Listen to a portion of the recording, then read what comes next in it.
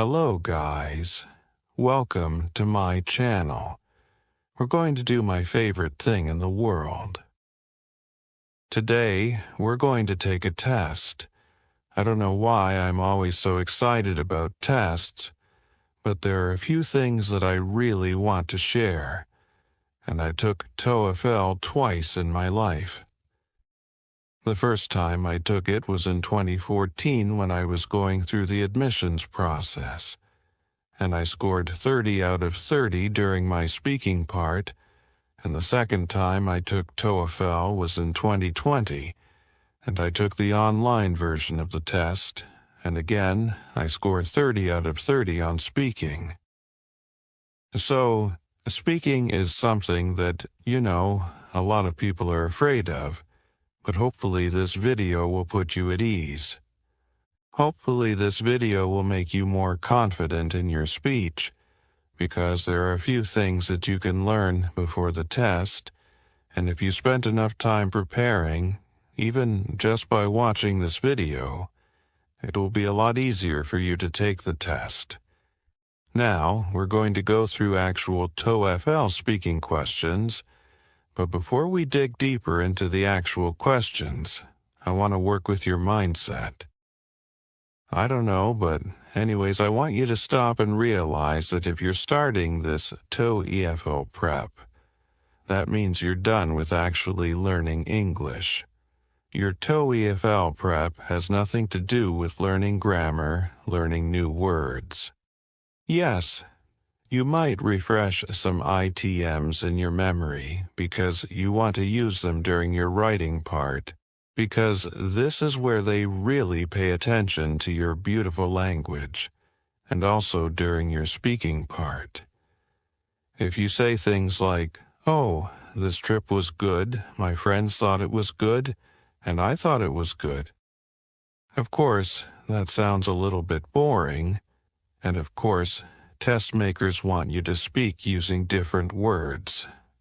Now, what you also need to remember is that test makers don't want you to fail. I want to tell you the story. I actually freaked out during my first TOEFL test because, my life kind of depended on it because I needed to score 106 to get into my dream university. And during the speaking part, there was a question like, talk about your city or something really basic, and you have 45 seconds to speak, and I was looking at the screen, and I was talking, and when I was just wrapping up my answer, my brain was like, oh, let's said this thing, but then my brain was also like, let's just, stop here, and then I ran out of time. So the way I wrapped up that answer was, and no, is it? And my first thought was, I failed because I thought they were going to punish me for not finishing my answer with a conclusion.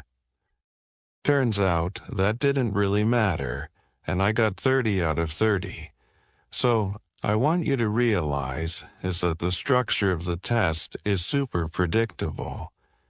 We're going to go through it.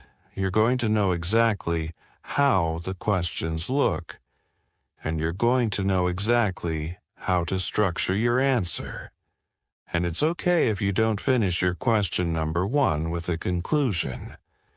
It's totally fine, but it's not okay if you use the word good 15 times in your answer. Try to think of alternatives, right? Also, test makers want you to sound as natural as possible.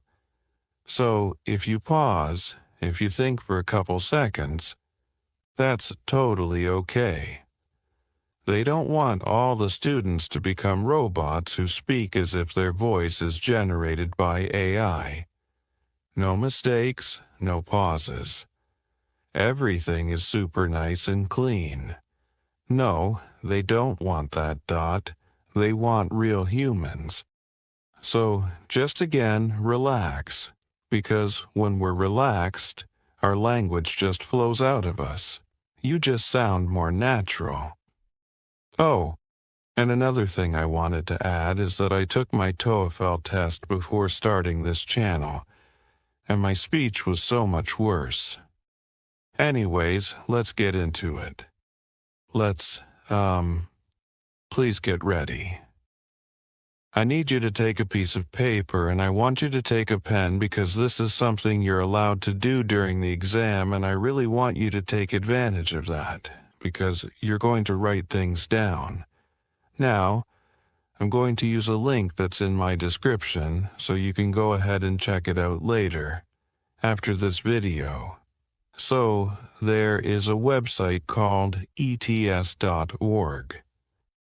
ETS is a company behind the TOEFL test, and they have a free practice test on their website. This is exactly what we're going to use for this video. We're going to go and take the actual practice test.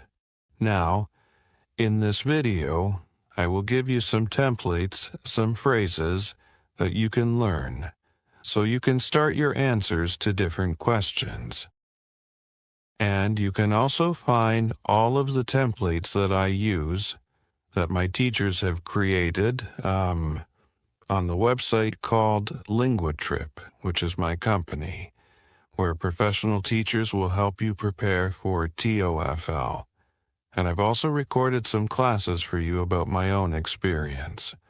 But anyways, what I want you to do is I want you to take those templates, or whatever templates you have, and when TOEFL starts, you're going to see this screen.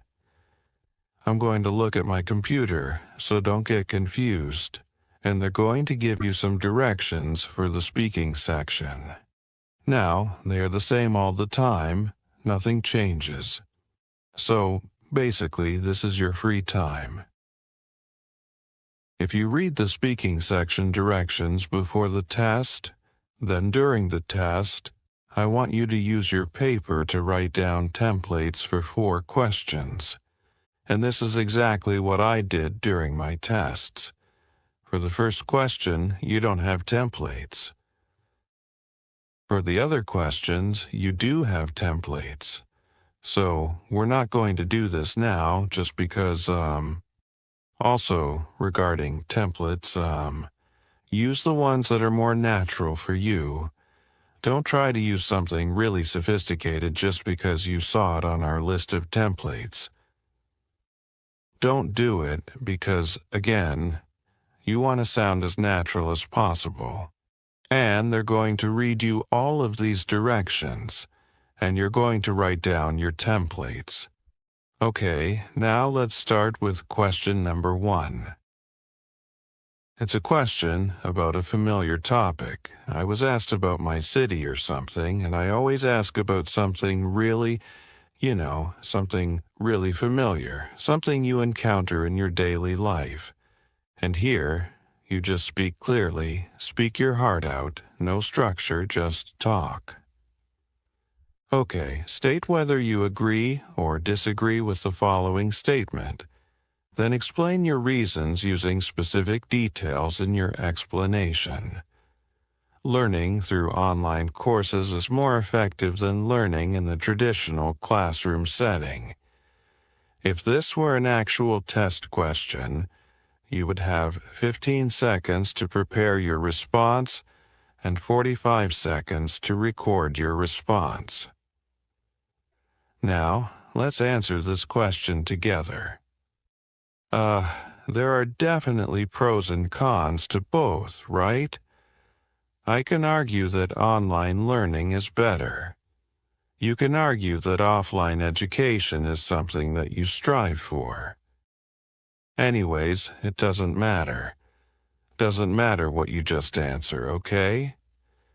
In my opinion, online learning is more effective than learning in the traditional environment for several reasons.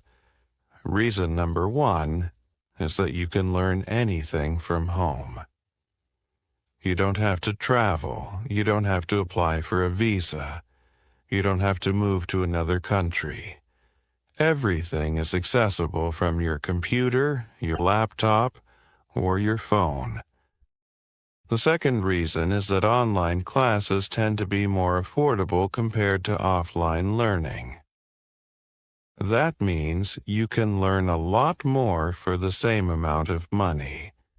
And reason number 3 is that online education is more accessible for moms. If they have to stay home with their kid, they could potentially learn something new at the same time. And this is where you can wrap up. You can say, this is why I think, online education is better.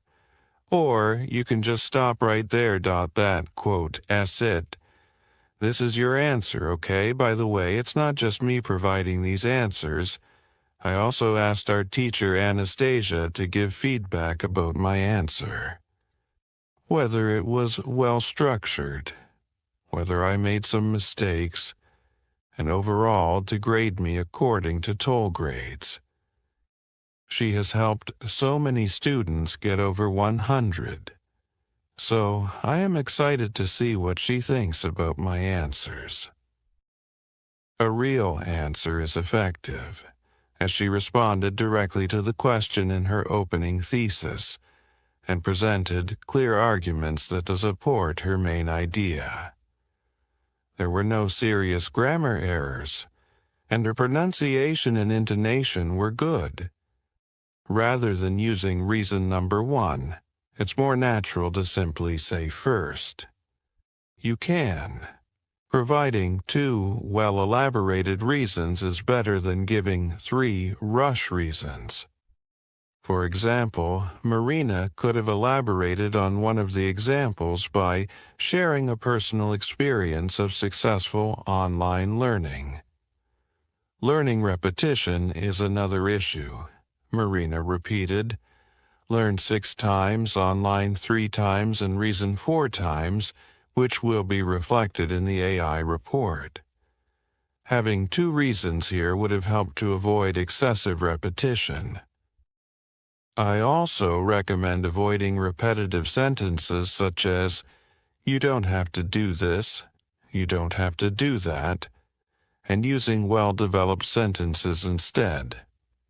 Finally, Marina should avoid taking long pauses, as they will hurt the AI score. The things that I wrote down for myself. In my opinion, this is like my super small template. In my opinion. And then 1 to 3 reasons. Again, you only have 15 seconds, so you don't really have time to write down your reasons, just maybe think of them. Okay, reason number 1, affordable. Reason number 2, saves time. Reason number 3, I'm a mom. So, yeah, let's say that it's better for moms. That's it. And then you just speak your heart out. So, this is the way you answer question number 1. I highly, highly, highly, highly recommend you to practice. If you can just switch on a timer on your phone and just talk about like anything, a book that you've read, a movie that you want. Why is it a good movie? Why is it a bad movie? Give 2 or 3 reasons why you think travel is good, why you think travel is bad, like whatever. Just practice those 45-second answers to time yourself and get comfortable with the overall time pressure. Again, this exam kind of has nothing to do with real life, but it's a stressful situation. It's something that you train, and something that you get good at if you practice. So if you want to practice more, as I mentioned, we have a course for TOEFL test takers. But what excites me the most about this course are actually students' results, because they come to us and they're able to improve their score by 20 or 30 points, and many of them end up getting over 100 on TOEFL. And we have this special chat for all of the students, and every day somebody shares, oh my God, My TOEFL is tomorrow. Or I just came back from the test, I am so scared. Or somebody gets a result and says like, hey, I just got over 100 TOEFL. So, it's also great community, and I remember when I was preparing for my TOEFL test, I really needed someone's support. Someone's shoulder to cry on, because, oh my God, it was so stressful. So, the course is not only the knowledge on how to take the test, it is also a community that you can rely on, and also access to Anastasia, who is the teacher. She actually scored 119 out of 120 on TOEFL. What can be better? I've also recorded a couple of videos for that course to motivate you to take the test, and I also shared my experience taking it. As part of the course, you get access to a speaking club to practice your English and real-life conversations. And if you get the Guru package, you will get an individual class with Anastasia, while she will be able to give you a feedback on your speaking, writing, reading, and listening skills, and also give you personal recommendations to get a higher score on your TOEFL. And because you're watching this video, you get a special code. It is Linga Marina, and you get $20 off. The link is down in the description box. You can start the course right away, and we always keep the course updated so you can be prepared for the exam day. Fingers crossed for you guys. And if you're watching this video and you're about to take your TOEFL test, please come back after your TOEFL test and share your score in the comments down below. We've done that for my other TOEFL videos, and it's just so amazing to see people come back in a few months and say like, hey, I just scored 100 on TOEFL, I just scored 90 on TOEFL, I just scored 110 on TOEFL. These comments are so motivating for me and for people who are watching these videos. Thank you guys so much. Now, let's move on to the second question. In the second question, you're going to read an article, and you're going to listen to a conversation, and then you have to report on what you've heard. Now, here, iString suggests that you take notes, and something I strongly suggest as well is that you practice taking notes in a stressful environment. Sometimes you create your own contractions for words. Sometimes people create their own symbols. I don't know. Whatever you're going to do, just do it before the exam so that it's easier for you to take those notes. You have 30 seconds to prepare and 60 seconds to answer. Read the article from a university newspaper. You will have 50 seconds to read the article. Begin reading now. Now, listen to a conversation between two students. Hey, Sue, did you see this article? Yeah, I did. I don't think that's a very good idea. Really, you don't think it's a safety hazard like they said? No, at least not during the day. I'm pretty sure both of those accidents happened at night when it's harder to see cyclists. They didn't say that in the article. Oh, that does make a difference. Sure it does. Maybe at night with low visibility there's a safety hazard, but I don't think there's any danger in the daytime, which is when most people need to move around and get to classes. Yeah, that makes sense. Besides, it's such a big campus. If they do this, it's going to be really hard to get around. Well, we can always take the bus, I guess, but the buses only run once an hour. That's true. They're not very convenient. No, not at all. If people have to take the bus, we'll end up sitting around, waiting for the next one all the time. And we're all too busy to waste our time doing that. The woman expresses her opinion of the proposed policy change, state her opinion, and explain the reason she gives for holding that opinion. If this were an actual UAL test question, you would have 30 seconds to prepare your response and 60 seconds to record your response. Now, when you're listening, pay attention to the reasons for the speaker's opinions. I made some notes when I read the article, and also made some notes when Sue was talking. Now you need to write down some key words and phrases, opinions, and why someone had this or that opinion. Now, all of this sounds like a typical American college, you know. MBS was, for some reason, well, no one wants to be liable for anything. I'm going to start a timer for 60 seconds, and we're going to answer this question. According to the article, the university management is going to ban bicycles on campus because there have been minor accidents, and the management believes that bicycles can threaten students' safety on campus, and they suggest that students start using buses instead of bicycles. One of the students, however, disagrees with this new policy, and she has several reasons for that. Reason number 1 is that she thinks those accidents happen during the night, when visibility is low, and she states that when students can see everything during daytime, there are no accidents. So why ban the bicycles?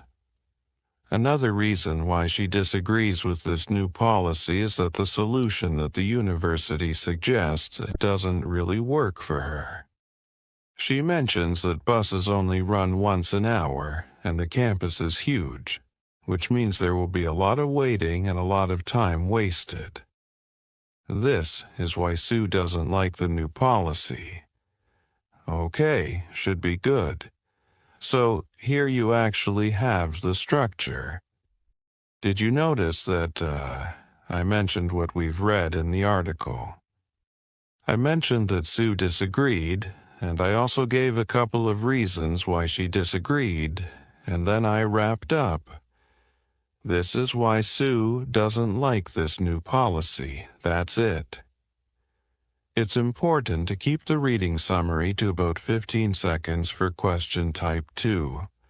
Most of the score comes from summarizing the listening task, so it would have been better to say, according to the announcement, the university will soon ban the use of bikes on campus, since they are a safety hazard and the free campus bus service is an alternative way to get around. It's also possible to shorten the transition to, the woman disagrees with this policy. Short and sweet. As in question 1, we don't need reason number 1. Let's change it to first. She thinks that there's no need to introduce a conclusion. Marina could have used this time to add more details. She could have mentioned that people really need to get around during the day and the campus is really big. These are both details from the woman's first reason that weren't included in the answer. She could have also added, they're too busy to sit around waiting to the woman's second reason. So it's all about introducing more details from the audio. Other than that, the organization is good. The grammar and delivery are excellent. Okay, question number. How are you doing, by the way? If it sounds complicated, it's okay. You practice, all right? And also, something that you need to remember is that if your English is intermediate, but you want to score over 100, which means advanced on TL, It is not a very realistic goal if you only have a couple of weeks, right? If your English is intermediate, but you need over 100, you need to stop your TOEFL prep now. Take a general English course, improve your speaking in general, improve your vocabulary, improve your grammar, and then come back and do the TOEFL prep. If your English is advanced and you need to score over 100, all you need is like a couple of weeks to prepare for TOEFL because you just need to get acquainted with the structure of the test. You need to get acquainted with what it looks like, with the topics, with the language like, and then that's it. You just take the test. Okay, we're moving on to questions 3 and 4. They're more academic, and they might cover topics that you're not familiar with, like psychology, economics, biology. Biology has always been hard for me, or like ancient history. I've never really studied ancient history. When it's in English, it's like a double threat, for me.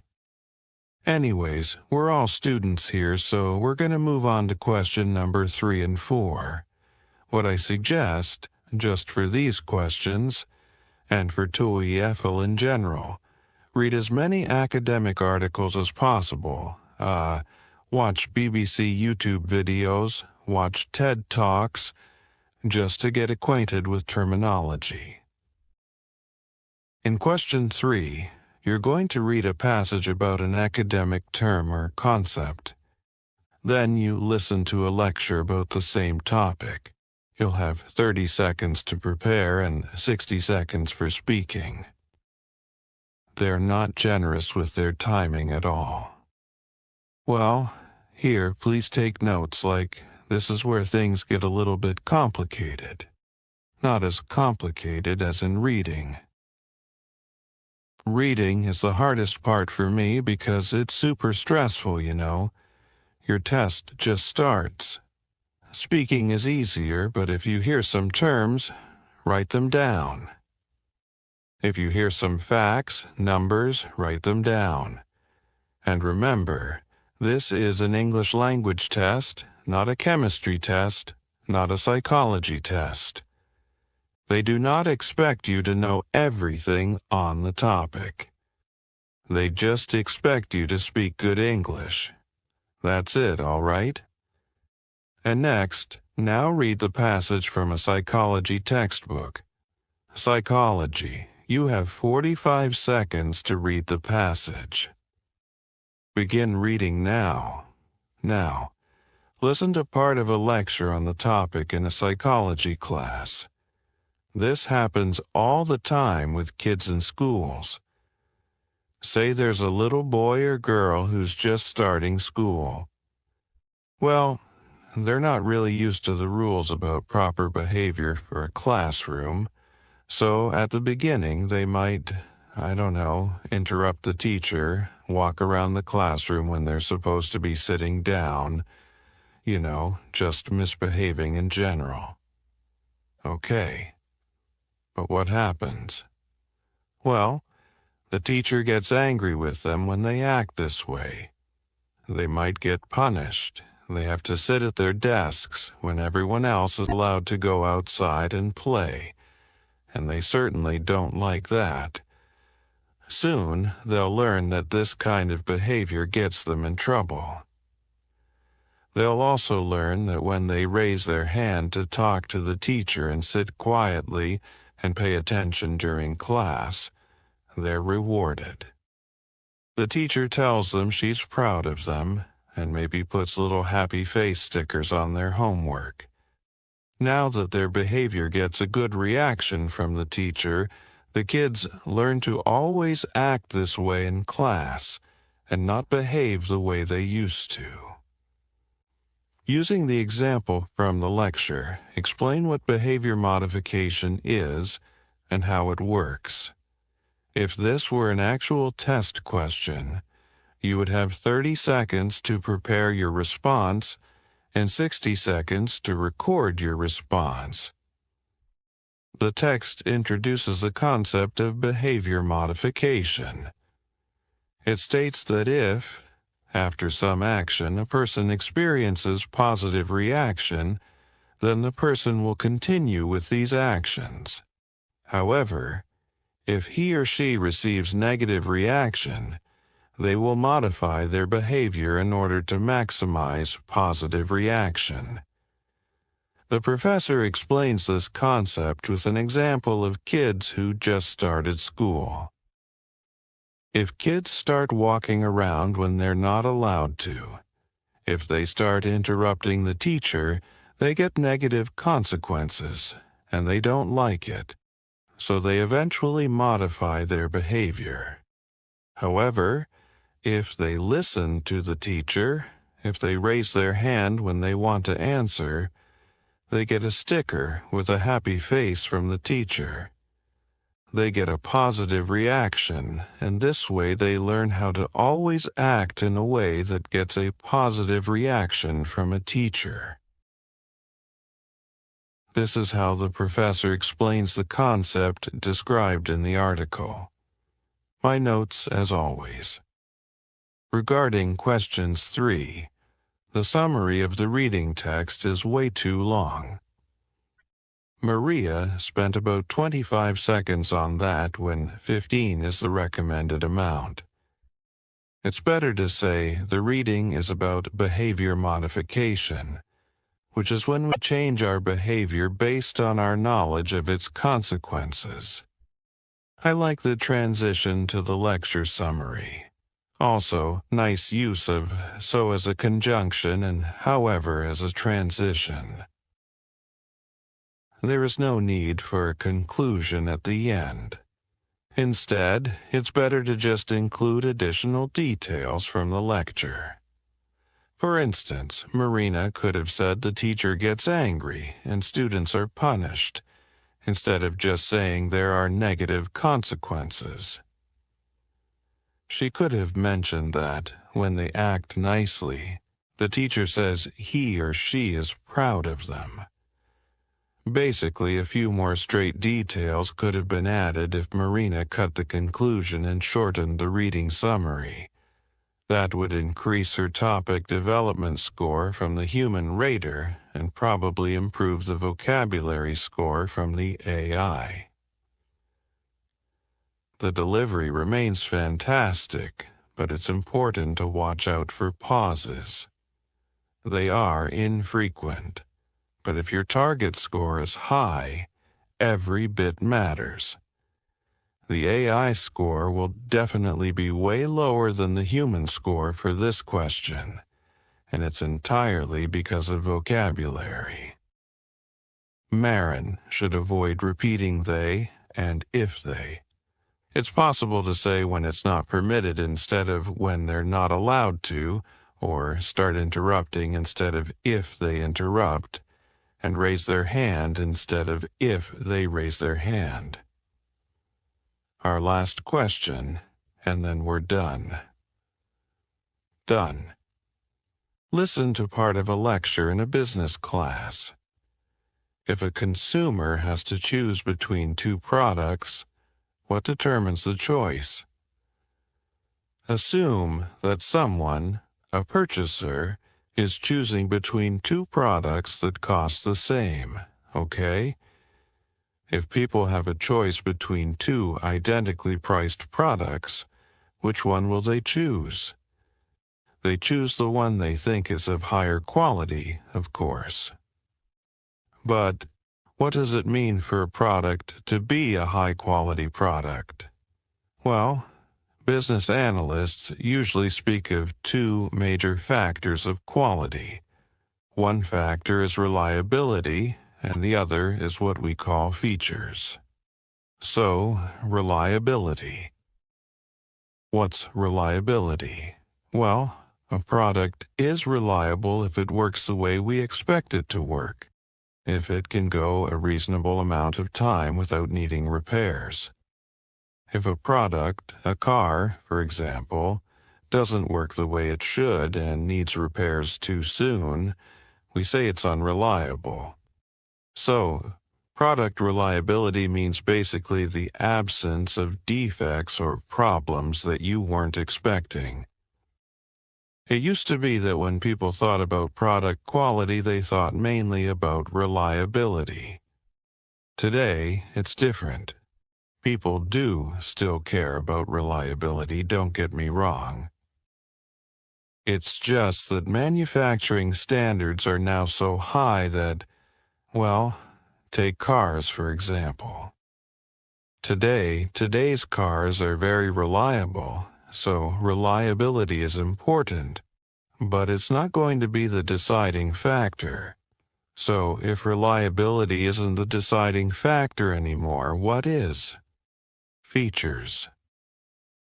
All those extras, the things a product has that aren't really necessary, but that make it easier to use or that make it cool. For example, new cars today are loaded with features like electric windows, sunroof, row, air conditioning, stereos, and so forth. When people are comparing products today, they look at features because reliability is pretty much equal across the board. And that's why manufacturers include so many features in their products.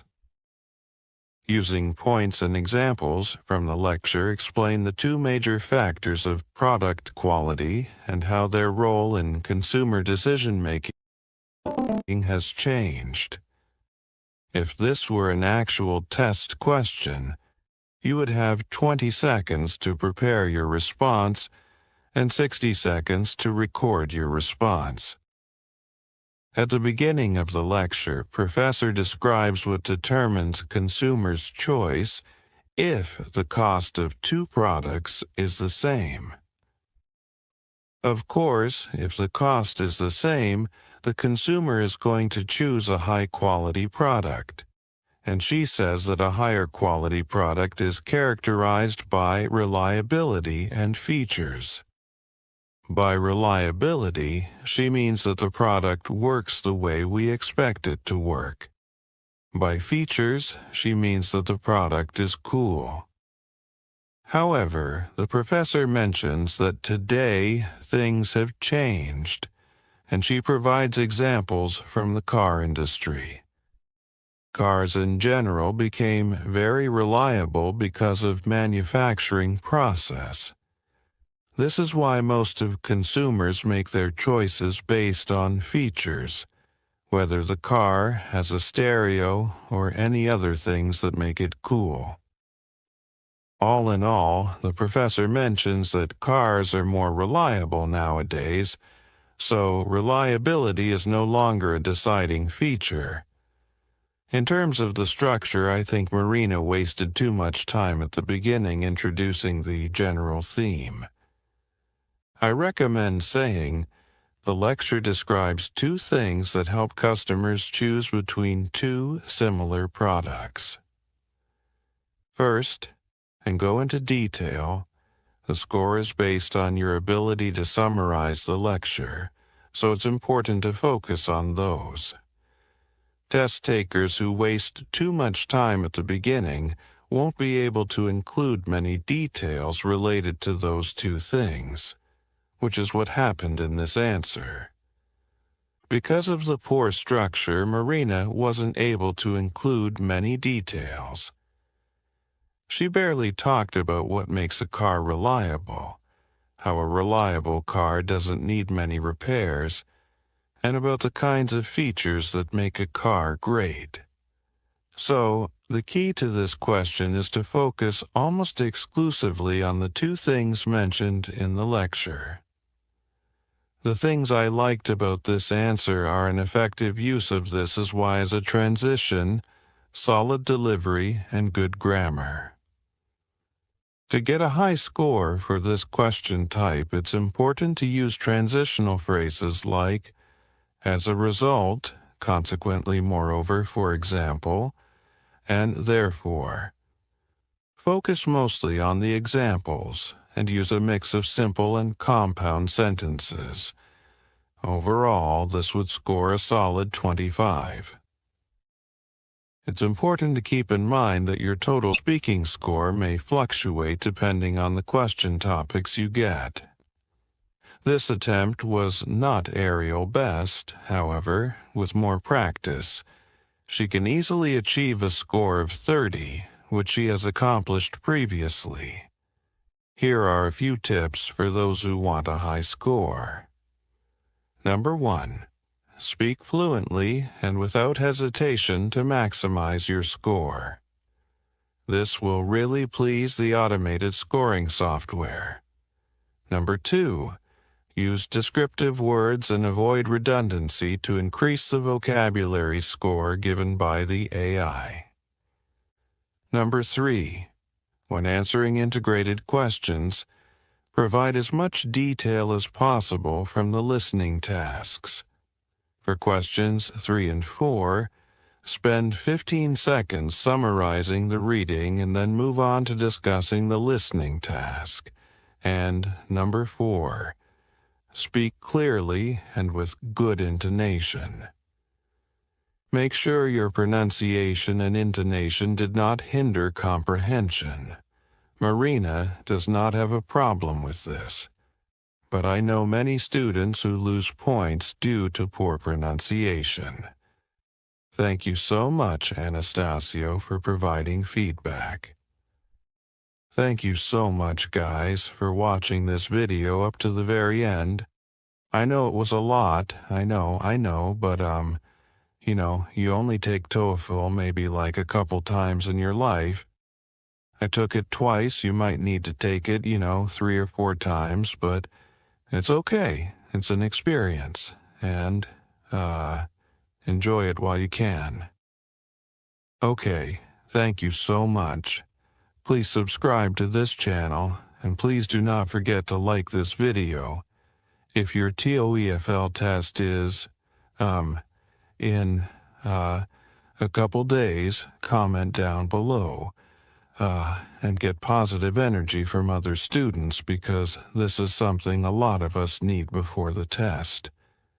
Thank you guys so much, and I'll see you very soon on this channel. Bye-bye.